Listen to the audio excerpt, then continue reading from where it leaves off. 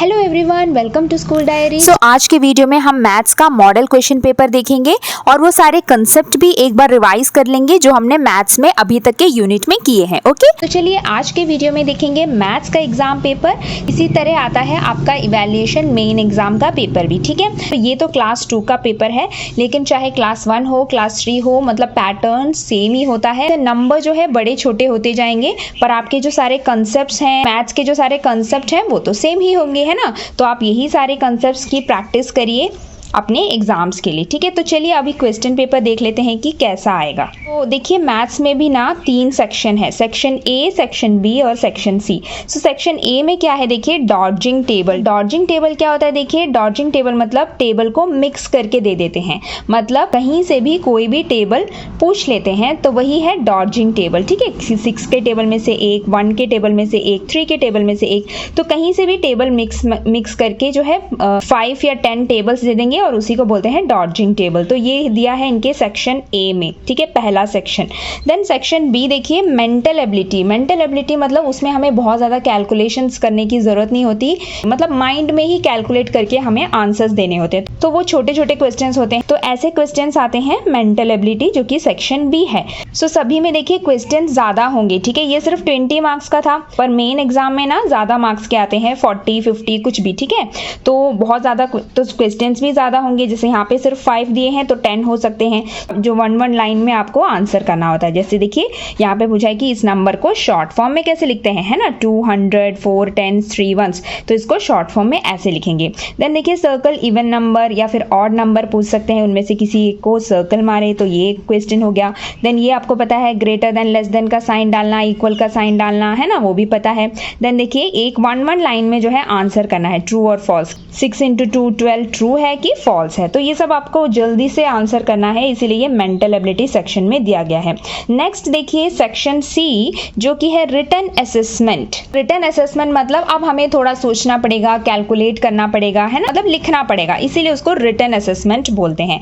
तो इसमें बहुत सारे कंसेप्ट हैं, तो वो सारे कंसेप्ट बेस्ड क्वेश्चंस इसमें आएंगे। जो जो कंसेप्ट के यूनिट्स आपने करे हैं, जो आप एग्जाम में आ रहे हैं, वो सारे कंसेप्ट में से जो है क्वेश्चंस पूछे जाएंगे।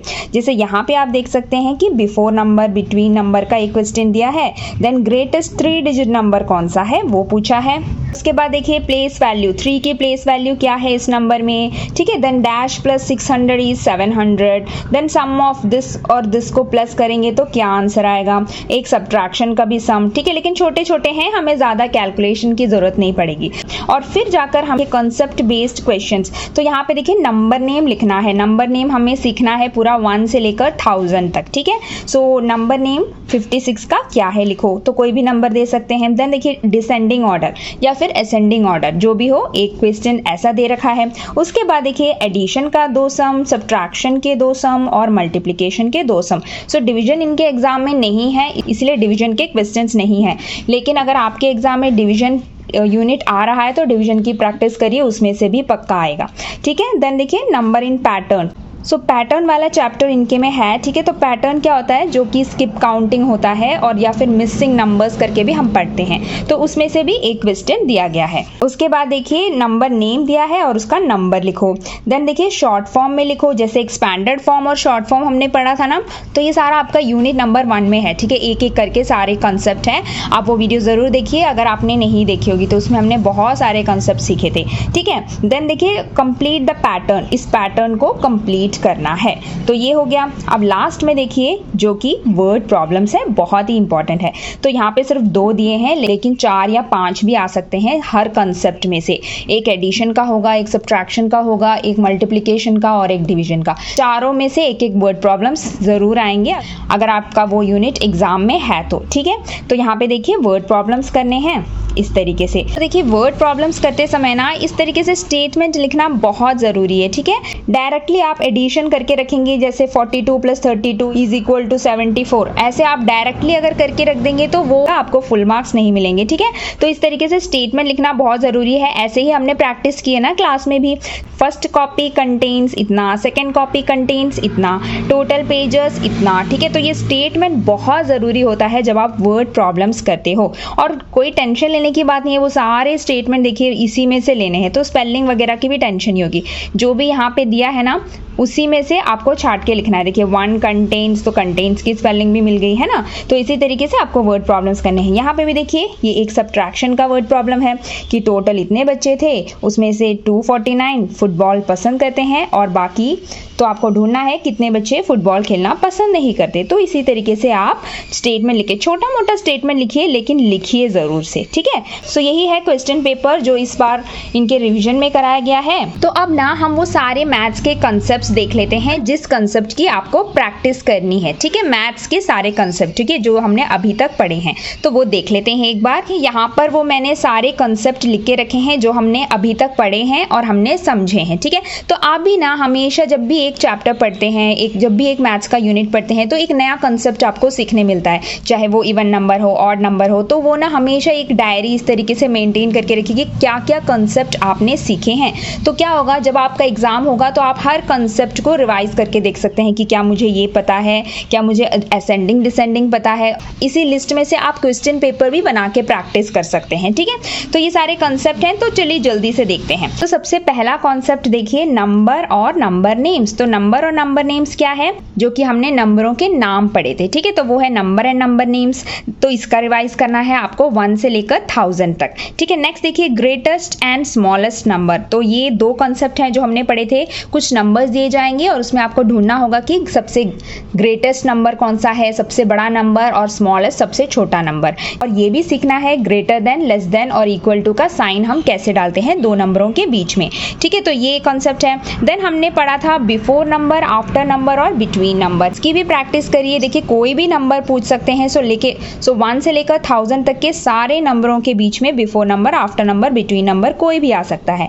उसके बाद देखिए एक्सपैंडेड फॉर्म और शॉर्ट फॉर्म। तो एक्सपैंडेड फॉर्म क्या था, जैसे कि नंबरों को एक्सपैंड करके लिखना। एक नंबर दिया जाएगा 3 डिजिट नंबर और उसको एक्सपैंड करके लिखना है इस तरीके से।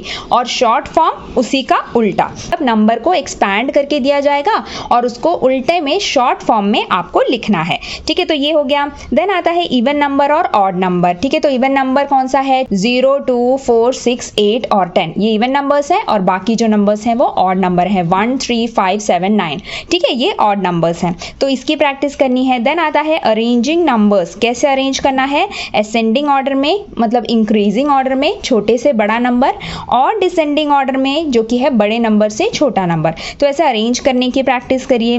पढ़ना है प्लेस वैल्यू और फेस वैल्यू क्या होता है ना। प्लेस वैल्यू उस नंबर का पोजीशन, उस नंबर का स्थान, वो 10s है, 1s है या 100 प्लेस में है, तो उसका उतने जीरोस लगाकर, उतने जीरोस आपको ऐड करके वो नंबर को लिख देना है। और फेस वैल्यू मतलब सेम नंबर, जो नंबर पूछेंगे वही नंबर, तो वो सेम आंसर ही आएगा, ठीक है। जैसे 2 का पूछे तो 2 ही होगा, 3 पूछे तो 3 ही होगा। फेस वैल्यू हमेशा सेम होता है। देन नेक्स्ट पैटर्न्स की प्रैक्टिस करनी है।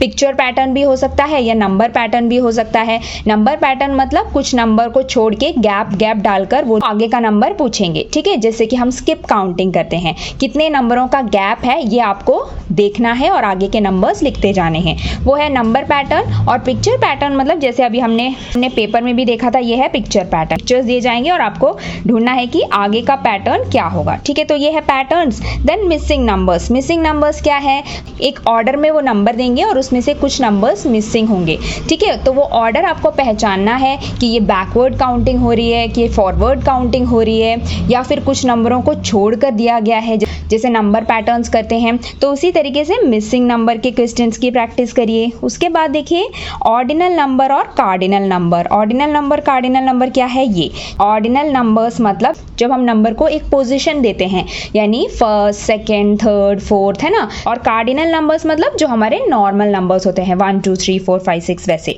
देन देखिए ग्रेटेस्ट एंड स्मॉलेस्ट, ये बहुत इंपॉर्टेंट है।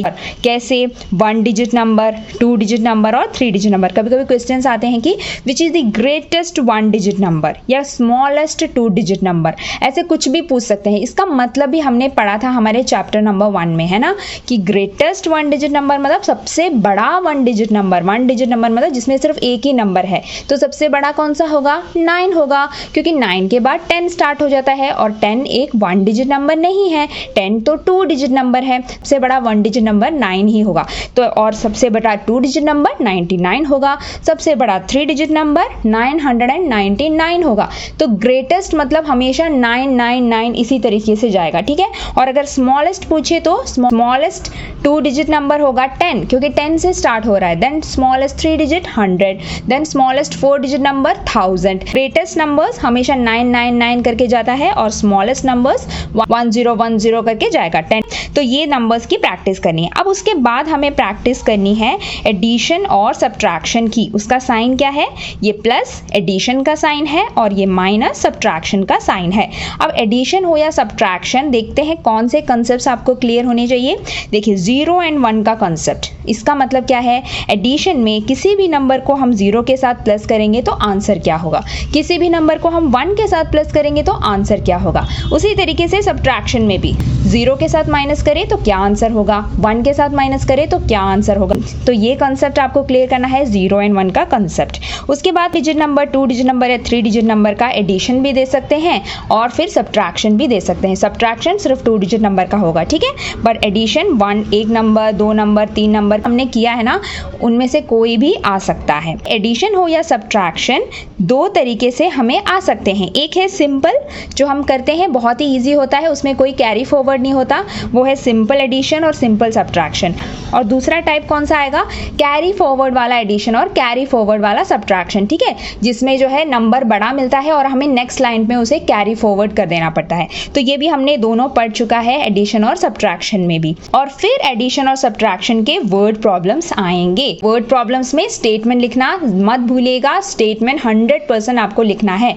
तो स्टेटमेंट 3 लाइन में आपको लिखनी है, ठीक है। उसके बाद ये टर्म्स भी याद रखिए जो हम आसानी के लिए सीखते हैं कि कौन कौन से टर्म्स आएंगे तो उसका मतलब एडिशन होता है और कौन कौन से टर्म्स का मतलब सब्ट्रैक्शन होता है, ठीक है। तो ये दोनों बातें भी आपको याद रखनी है। अब एडिशन और सब्ट्रैक्शन की तरह ही ये दोनों भी फ्रेंड्स हैं। कौन? मल्टीप्लिकेशन और डिवीजन, है ना। तो इन दोनों को भी हम साथ में ही समझेंगे। हमने देखा था ना कि मल्टीप्लिकेशन और डिवीजन एक दूसरे से कैसे रिलेटेड हैं। सो देखिए यहाँ पे सबसे पहले सिंबल देख लेते हैं। देखिए मल्टीप्लिकेशन का साइन क्या है? ये है ना, एक क्रॉस मार देंगे तो ये है मल्टीप्लिकेशन का सिंबल, मल्टीप्लिकेशन का साइन। और डिवीजन कैसे करते हैं? एक स्लीपिंग लाइन, ऊपर एक बिंदी, नीचे एक बिंदी, ठीक है। तो ये डिवीजन का साइन है।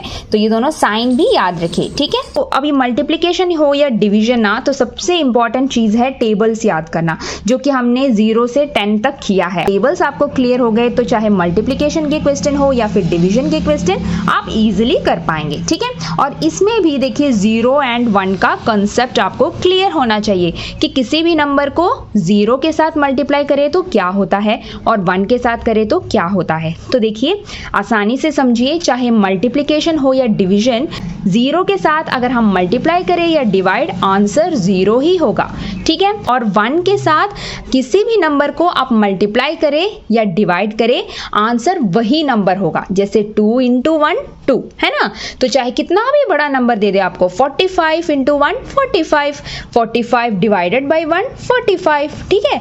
तो ये मल्टीप्लिकेशन और डिवीजन दोनों में सेम है, ठीक है। 0 के साथ करें तो 0 आंसर लिख दीजिए, 1 के साथ क्वेश्चन आएगा तो जो नंबर है वही नंबर आंसर होगा। उसके बाद आएगा वर्ड प्रॉब्लम्स, जो एक चीज के बारे में दिया गया है और ज्यादा का पूछ रहे हैं तो वो मल्टीप्लिकेशन होगा, ठीक है। एक में इतना है तो ज्यादा में कितना है, तो वो मल्टीप्लाई वाला क्वेश्चन होगा। और डिवीजन वाला क्वेश्चन कैसा होता है कि इतना सारा चीज है आपके पास और इनको इतने में बांटना है, 4 बच्चों में बांटना है, 6 लोगों में बांटना है, तो बांटने वाली बात हो तो वो डिवीजन का क्वेश्चन है, ठीक है। तो ये दोनों कॉन्सेप्ट अच्छे से क्लियर करें अपने मन में, ठीक है।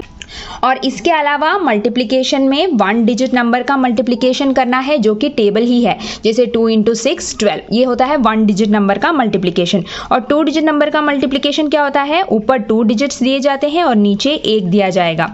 तो क्या करना होता है आपको?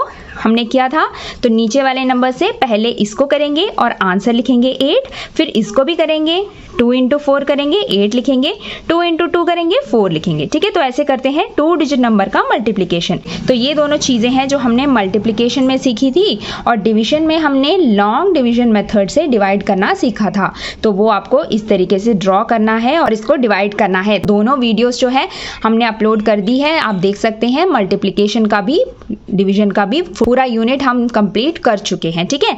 तो लॉन्ग डिवीजन मेथड में कैसे करेंगे, 2 का टेबल सोचना है कि 2 के टेबल में 16 कब आता है, तो 2 इंटू 8 होगा 16, और इस तरीके से हम लॉन्ग डिवीजन मेथड में डिवाइड करते हैं। ये 8 होगा आपका आंसर। ये सारी चीज़ें हैं जो आपको रिवाइज करनी है आपके मैथ्स एग्जाम के पहले।